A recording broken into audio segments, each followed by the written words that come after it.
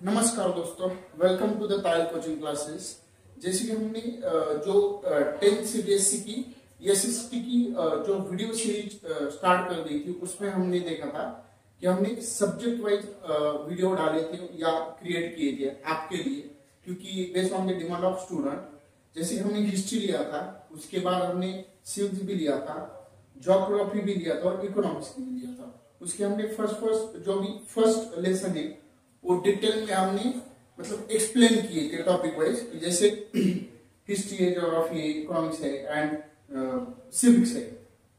तो इसी तरह हम जो बीच वाले वीडियो में हमने क्वेश्चन आंसर, जैसे कि 5 मार्क्स के क्वेश्चन, 3 मार्क्स के क्वेश्चन, देन 2 मार्क्स के question, MCQ, then assertion and reason कैसे टैकल करने, एक वीडियो सीरीज डाली थी बीच में, और उसी पर हमने कंटिन्यूअस लेक्चर लिए थे।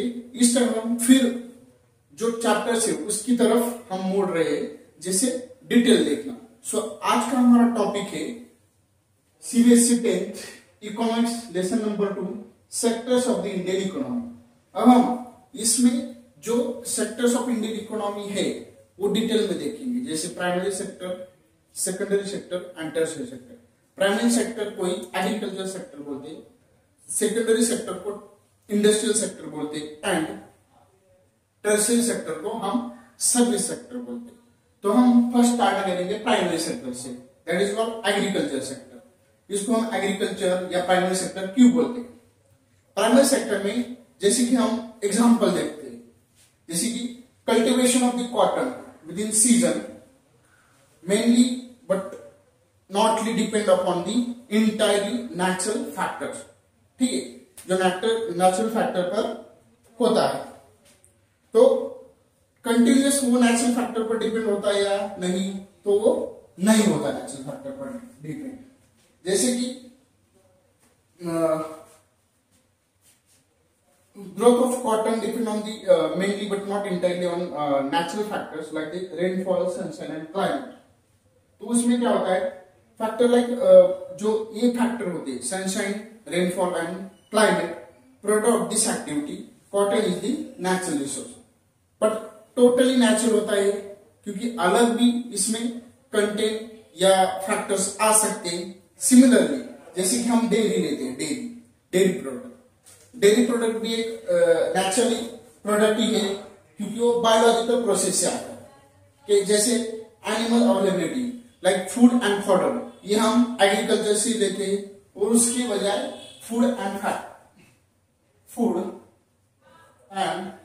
फॉडर, ठीक है, ये बायोलॉजिकल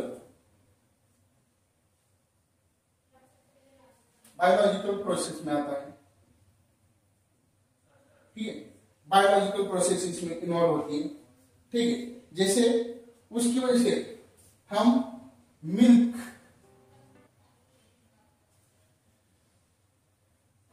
प्रोक्योर करते हैं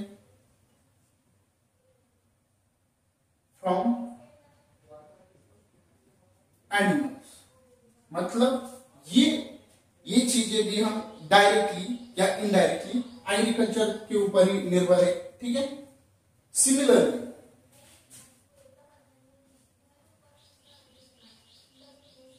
जैसे कि आयरन और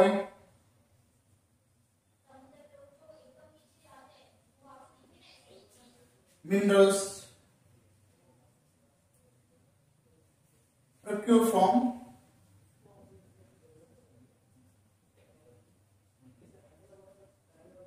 नेचर।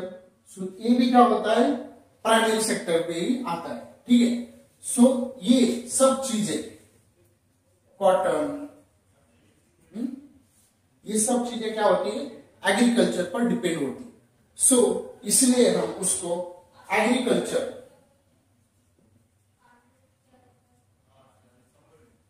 सेक्टर कहते हैं। ठीक है, तो इसमें और भी एक चीज मतलब ऐड होती है, जैसे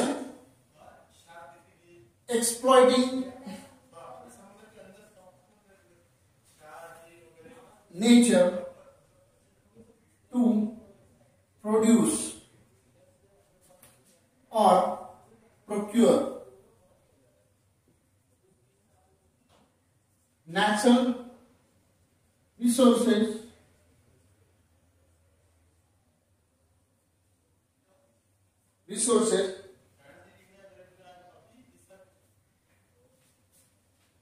it's called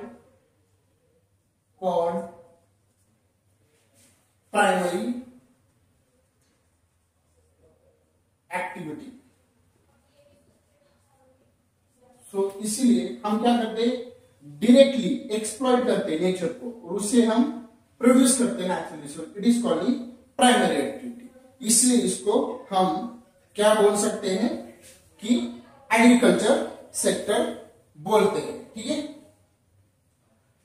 वाई प्राइमरी, मतलब प्राइमरी क्यों?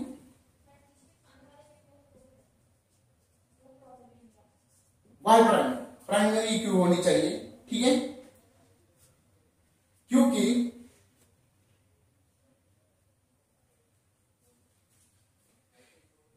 it's a base of all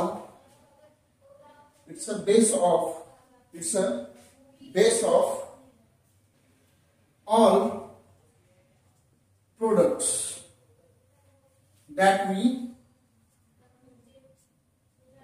produce or procure। so इसलिए उसको प्राइमरी सेक्टर बोलते हैं।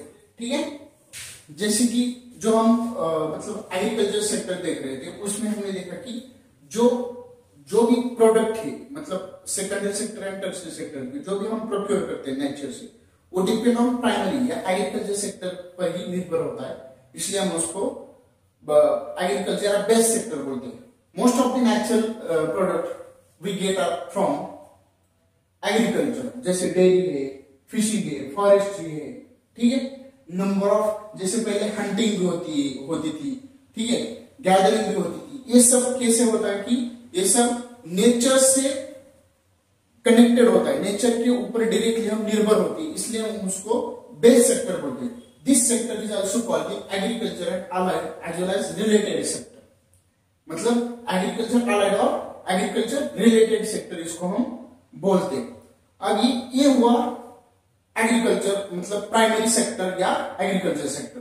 उसके बाद हम देखेंगे जो secondary sector, that is called also called the industrial sector.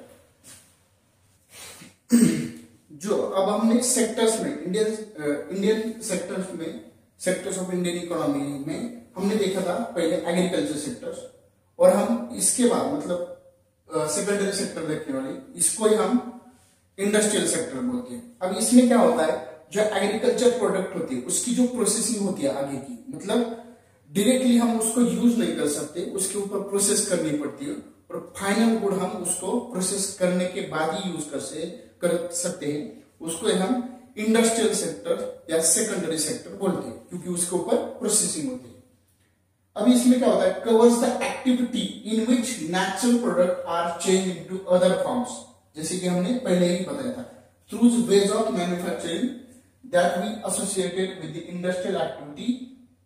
ठीक है, जो एग्रीकल्चर प्रोडक्ट की जो एक्टिविटी इंडस्ट्रियल सेक्टर से होती है, उसके ऊपर प्रोसेसिंग होती है, उसको हम सेकेंडरी सेक्टर बोलते हैं। उसकी नेक्स्ट स्टेप होती है next step after primary sector. ठीक है, product is not produce by nature, मतलब जो प्रोडक्ट होता है वो बाय नेचर प्रोड्यूस नहीं होता, बट प्रोसेस इज इंपॉर्टेंट, इसके ऊपर प्रोसेस होती है, इसलिए प्रोसेस इज इंपॉर्टेंट होती है इसलिए। This could be in workshop और एट होम, मतलब आप घर पे भी छोटे मोटे प्रोसेस करते हैं, वो भी सेकेंडरी सेक्टर में आ सकती है। अगर आप वर्कशॉप में भी कर सकते हो उसमें भी आ सकती है, और एट होम और एट फैक्ट्री, मतलब एज अ बिग लेवल पर फैक्ट्री पर भी जो आप प्रोसेस कर सकते हो तो उसको भी हम सेकेंडरी सेक्टर में ही काउंट करते हैं। एग्जाम्पल देखते हैं इसके ऊपर, मतलब कैसे हम इसको या कौन कौन सी चीजें सेकेंडरी सेक्टर में आ सकती है।